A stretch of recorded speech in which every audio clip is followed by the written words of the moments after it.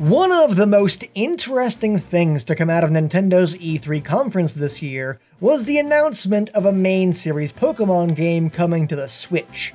Unfortunately though, it's not far enough along in development for us to actually know anything about it, which has left people like me lying in bed awake at night, staring off at the ceiling and furiously and wondering what the final game will be like. So to make up for my ruined sleep schedule, let's talk about what that means for Nintendo, what the game might look like, and what it could/should turn out to be. Firstly, the fact that Nintendo are releasing a main console Pokemon game is extremely reassuring to me as someone who's been a vocal detractor of the Switch up until now. It's widely agreed upon that the main problem with the Wii U was a lack of really good first-party games, and the idea of putting a mainline Pokemon game on their newest console tells me that Nintendo realizes that. A main console Pokemon game is the equivalent of Nintendo going Super Saiyan, of busting through the "in case of diminishing market presence, break glass" cases, and of pulling out all the stops to give the Switch the best possible chance of succeeding. But while this game has the potential to turn the Switch into a force to be reckoned with, that is entirely dependent on the quality of the Sorry, I couldn't say that with a straight face. Now, it's been proven in the past that people flock to spend money on even the shittiest of Pokemon games, so regardless of how good the game ends up being, it will sell consoles, and that's just a fact of life. But of course, it would be really nice if the game was good. So what could Nintendo do to achieve that? Well, part of the problem in answering that question is that we don't have much of a precedent for what a main console Pokemon game would look like besides Pokemon Colosseum and LoL Gale of Darkness.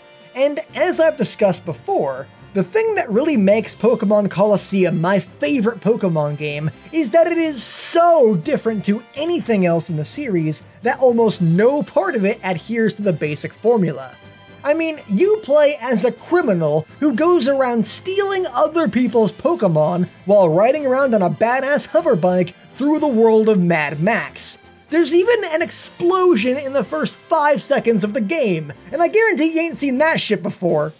So, the main thing I want from this new Pokemon game is for it to do something similar.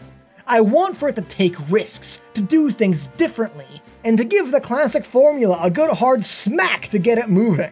Like when my girlfriend refuses to make me food. I mean, keep in mind the level of hardware we're dealing with now.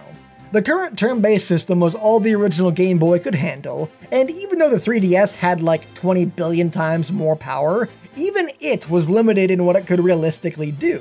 I mean, hell, Game Freak could barely keep the games we have right now from lagging down to PowerPoint level frame rates.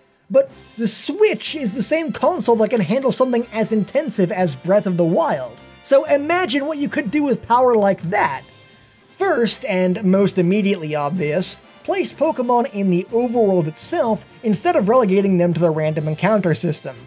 I mean, the biggest problems in the way of doing that previously were A, having a world big enough to physically contain all the Pokemon, which wouldn't be a problem for the Switch, and B, having to model and animate all the Pokemon you want to include, which is also no longer an issue, because the models that Game Freak made for X and Y and have been reusing since were designed to be future-proof, with source assets that are much higher quality than the ones we see in the 3DS games. So that's pretty much already done. I mean, don't get me wrong here, this would still be a Herculean feat to accomplish, but the two biggest factors that could prevent it are no longer a problem. You've got the hardware, and you've got the models. Well, I say the two biggest factors have been overcome, but there's actually a third one. Nintendo itself. You see, this hypothetical game couldn't run on the 3DS, and I don't think Nintendo is ready to abandon the 3DS yet. Personally, as time goes on, I see Nintendo forgetting about the 3DS altogether and just merging their traditional two consoles together into the one. But at the moment, even if every person who currently owns a 3DS went out and bought a Switch to play Pokemon on, you would still need to sell at least 5 times the current number of Switches before Game Freak could see the same level of profit that would be made if they kept it on the 3DS. So that could mean a couple of things for this hypothetical game.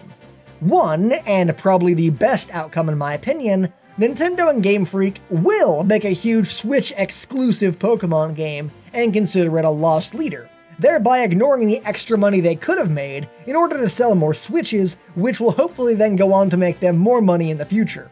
Or two, they'll make a relatively small Switch exclusive game, something along the lines of Pokemon Colosseum, and then release something else for the 3DS that same year, which I could potentially get behind. Or three, they'll make something that's cross-platform for both the 3DS and the Switch, which would undoubtedly be the worst outcome. As I've said before, I want something new and interesting to light a fire up the ass of this franchise, and what absolutely won't do that is yet another Sun and Moon style game that's just a bit shinier, which, if it was going to be on the 3DS's limited hardware, is exactly what it would have to be. So, as to what Nintendo will actually do, no idea. With one or two notable exceptions, Pokemon has always been a very play-it-safe franchise.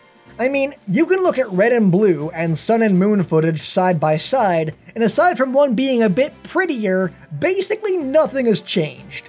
But at the same time, with games like Breath of the Wild, Nintendo has proven that they do have a spine after all, and have been showing a willingness to take risks. And surprise, surprise, people like it when you do that.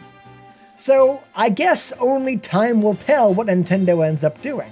Whether or not they elect to stay in the late 90s era of game design, or to move forward with confidence into the future. Oh, well, that probably answers that. Hey, did you know that I have a second channel where you can waste even more of your limited time on this earth? It's true! I upload vlogs, let's plays, and basically whatever the hell else has caught my 5-second attention span. So head on over and check that out on SciLive, link below. And finally, I want to give a special thanks to all my wonderful Patreon patrons, including Isaiah Christo, Sawsbucky, Forgotten Paladin, Ludwig, Mageline, Mythnut, and Soul. Thank you all for watching, and I'll see you guys next time.